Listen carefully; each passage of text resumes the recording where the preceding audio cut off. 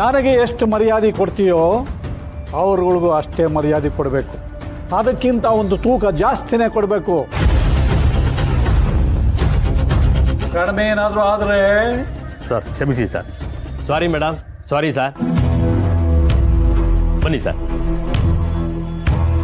ನೋಡ್ದ ಪಾರು, ನಮ್ಮ ಮಾವ ಅಂದ್ರೆ ನಿಂಗದೇನೋ ಒಂಥರ ಸಂಟ ಆಯ್ತಲ್ಲ.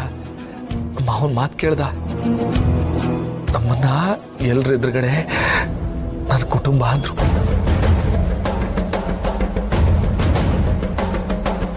ನಮ್ಮ ಮಾವನ್ ಮನ್ಸು ನಮ್ಮ ಮಾರಿಗುಡಿ ಕೆರೆಗಿಂತ ದೊಡ್ಡದು.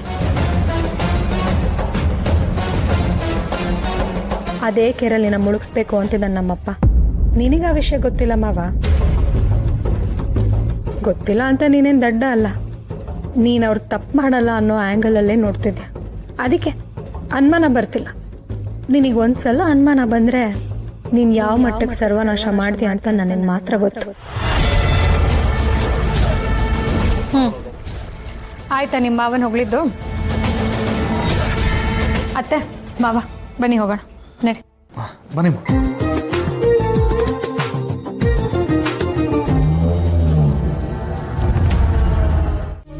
ಇವಾಗ ನುಂಗ್ತೀರಾ? ಕೊಡ್ಲಾ? ನಾನು ಬುದ್ಧಿವಂತ ಆಗ್ತೀನಲ್ವಾ? ಮಾಕಳವ ನಾಣೆಗ್ಲುವೆ ತುಂಬಾ ಬುದ್ಧಿವಂತ ಆಗ್ತೀರಾ. ತಕೊಳ್ಳಿ.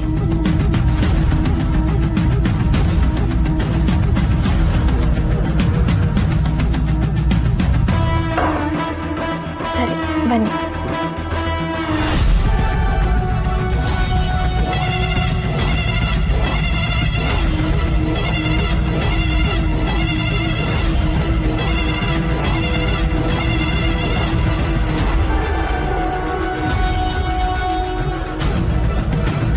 ನೋಡಿದ್ರೇನ್ರಿ, ನನ್ನ ಅನುಮಾನ ನಿಜ ಆಗೋಯ್ತು. ಅಷ್ಟು ಸುಲಭವಾಗಿ ಯಾರನ್ನೂ ನಂಬಾರ್ದು ಅಂತ ಈಗಲಾದ್ರೂ ಗೊತ್ತಾಯ್ತಾ? ರಾಣಿಗೆ ಮಾತ್ರೆ ಬಗ್ಗೆ ಗೊತ್ತಾಗೋಯ್ತಲ್ಲಮ್ಮೆ. ನೋಡ್ದಾ, ನಮ್ಮನ್ನೆಲ್ಲ ಪೆದ್ರನ್ನಾಗಿ ಮಾಡಿ ಈ ಮನೆನ ರಾಣಿ ರಾಣಿ ತರ ಆಡ್ತಾವಳೆ. ಈಗ ಆ ಪೆದನ್ನ ಸರಿ ಮಾಡಿ ರಾಜನಂತೂ ಮಾಡೇ ಮಾಡ್ತಾಳೆ. ಇದನ್ನ ನೋಡ್ಕೊಂಡು ನಾವು ಸುಮ್ಮನೆ ಇರೋದಕ್ಕಾಗುತ್ತಾ? ಅಂದ್ರೆ ನನಗೂ ನನ್ನ ತಮ್ಮನಿಗೂ ಹಾಕೊಟ್ಟಿದ್ದು ಇವಳೆ ಅಂತಾಯ್ತು. ಅನುಮಾನನೇ ಇಲ್ಲ. ಅಲ್ಲ ರೀ, ಇಷ್ಟು ದಿನ ನಮ್ಮ ಕಾಲ್ ಕೆಳಗಿದ್ದೋಳು ಇವತ್ತು ನಮ್ಮ ತಲೆ ಏರಿ ಹೂವಾಗೋದಕ್ಕೆ ಹೋಗಿರ. ಸುಮ್ಕಿರಮೇ, ಅವಳು ಹೂವಾದ್ರೆ ನಾನು ಹಾವು. ನಾಗೇಗೌಡ ನಾನು ನಮ್ಮ ಮನೇನ ಹೊಡೆದು ಬ್ರಿಟಿಷರ್ ಹಾಳಾಕ್ ನೋಡ್ತಾವಳ ಐತೆ ಅವಳಿಗೆ. ಇವತ್ತು ಎಡಮಗ್ಲಲ್ಲಿ ಎದ್ದವಳು ಅನಿಸ್ತದೆ. ಮಚ್ಚು ತಗೊಂಡು ತುಂಡಾಗಿ ಕತ್ತರಿಸಿ ಮಾಸ್ತಿ ಕೊಪ್ಪಲು ನಾಯಿಗೆ ಹಾಕ್ಲಿಲ್ಲ. ನನ್ನ ಹೆಸರು ನಾಗೇಗೌಡನೇ ಅಲ್ಲ. ಒಂದ್ ನಿಮಿಷ, ಹೀಗಿದ್ರು ಇಲ್ಲಿವರೆಗೂ ಬಂದಿದ್ದೀವಿ. ಅವಳು ಯಾವ ಮಾತ್ರೆ ಕೊಡ್ತಾ ಇದ್ದಾಳಂತ ನೋಡ್ಬಿಡೋಣ. ಏನಾದ್ರು ಒಂದು ಸಣ್ಣ ತಪ್ಪಾದ್ರೂ ಹೋಗೋದು ನಮ್ಮ ಮರ್ಯಾದೆ ಅಷ್ಟೇ ಅಲ್ಲ, ಜೀವಗಳೇ ಹೋಗ್ಬಿಡುತ್ತೆ.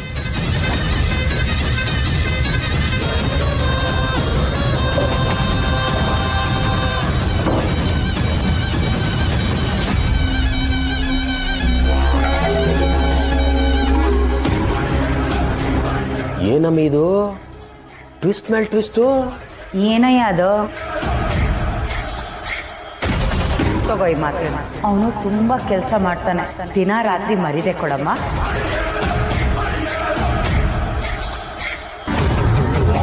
ಇದು ನಾವು ಕೊಟ್ಟರೆ ಮಾತ್ರ ಡಬ್ಬಿ ತಾನೆ. ಇದನ್ನೇ ಅವಳು ಮನಕ್ಕೆ ಕೊಡ್ತಾವಳೆ.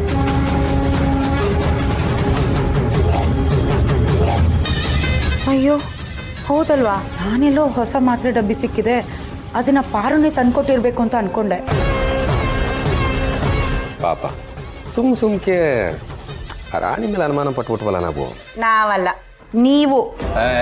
ಸುಮ್ಕಿರಮೇ, ಕಣ್ಣು ಮುಚ್ಕೊಂಡು ಹಂಗ್ ನಂಬಾರದು ಇವ್ರು ನಂಬಾರದು ಅಂತ ತಲೆಯಲ್ಲಿ ತುಂಬ್ದವಳು ಯಾರು? ನೀನೇ ತಾನೇ? ಅಪ್ಪಯ್ಯ, ಅಲ್ಲಿ ಎಲ್ಲ ಇದ್ರು ಕಣ್ ಸಣ್ಣೆ ಮಾರ್ ಕರಿತೀಯಲ್ಲ, ಯಾರ್ದು ನೋಡಿದ್ರೆ ಏನ್ ಗತಿ? ಮೈಯೆಲ್ಲ ಕಣ್ಣಾಗಿರೋರಿಗೆ ತಿರುಗಿ ನೋಡಿ ಸೊನ್ನೆ ಯಾಕೆ ಮಾಡ್ಬೇಕು? ಅದಕ್ಕೆ ಕಣ್ಣಲ್ಲೇ ಮಾತು. ಆ ಪಾರಿಗೆ ಯಾವುದೇ ಕಾರಣಕ್ಕೂ ಅನುಮಾನ ಬರಬಾರ್ದು. ಆ ಲೆವೆಲ್ಗೆ ಆಕ್ಟಿಂಗ್ ಮಾಡ್ತಾ ಇದೀನಿ. ಅಪ್ಪಿ ತಪ್ಪಿ ನೋಡಿ ಗೊತ್ತಾಗ್ಬಾರ್ದು ಅಷ್ಟೇ. ಕೋಳಿ ತಿಂದವನು ಹೋಳಿಗೆ ಮುಟ್ತಾನೇನು? ಇದುವರೆಗೂ ಯಾರಿಗೂ ಅನುಮಾನ ಬರದೇ ಇರೋ ಹಾಗೆ ನಡ್ಕೋತಿದ್ದೀನಿ. ಇನ್ನು ಮುಂದೇನು ಅದೇ ಯೋಚನೆ ಮಾಡಬೇಡ. ಅದು ಸರಿ ಬಿಡು. ಅದೇನು ಅಂತಾರಲ್ಲ, ಒಂದೆತ್ತೋಳು 10 ಎತ್ತೋಳಿಗೆ ಹೇಳ್ದಂಗೆ ನೀನು ಇದೆಲ್ಲ ಮಾಡಿ ಬಂದಿರೋದೆ. ನಾನು ಕಲಿತಾ ಇರೋದೆ ನಿನ್ನಿಂದ ಅಲ್ವೇ? ಅದು ಬಿಡು, ಇವಾಗ ಏನು ಕರೆದದ್ದು?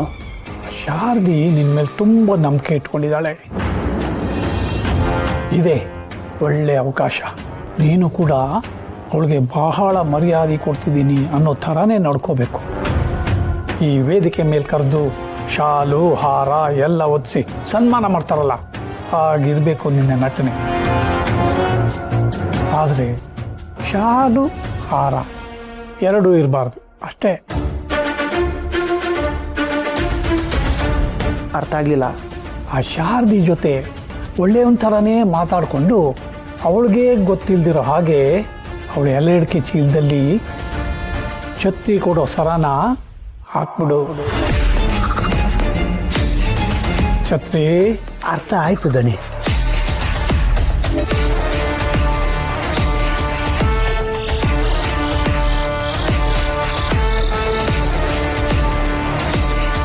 ಒಂದು ಸಲ ಈ ಸರ ಅವಳು ಚೀಲದೊಳಗೆ ಬಿತ್ತು ಅಂತ ಇಟ್ಕೋ, ಮುಂದೆ ಆಗೋ ಹಬ್ಬನ ವಿಜೃಂಭಣೆಯಿಂದ ಸಡಗರದಿಂದ ಮಾಡೋ ಜವಾಬ್ದಾರಿ ನಂದು. ಕಳ್ಳಿ ಅನ್ನೋ ಪಟ್ಟಣ ಇನ್ನೊಂದ್ಸಲ ನಾನು ಕೊಡ್ತೀನಿ ಅವಳಿಗೆ. ಅಪ್ಪಯ್ಯ ಸೂಪರ್ ಕಣಪ್ಪಯ್ಯ, ಒಳ್ಳೆ ಪ್ಲ್ಯಾನೇ.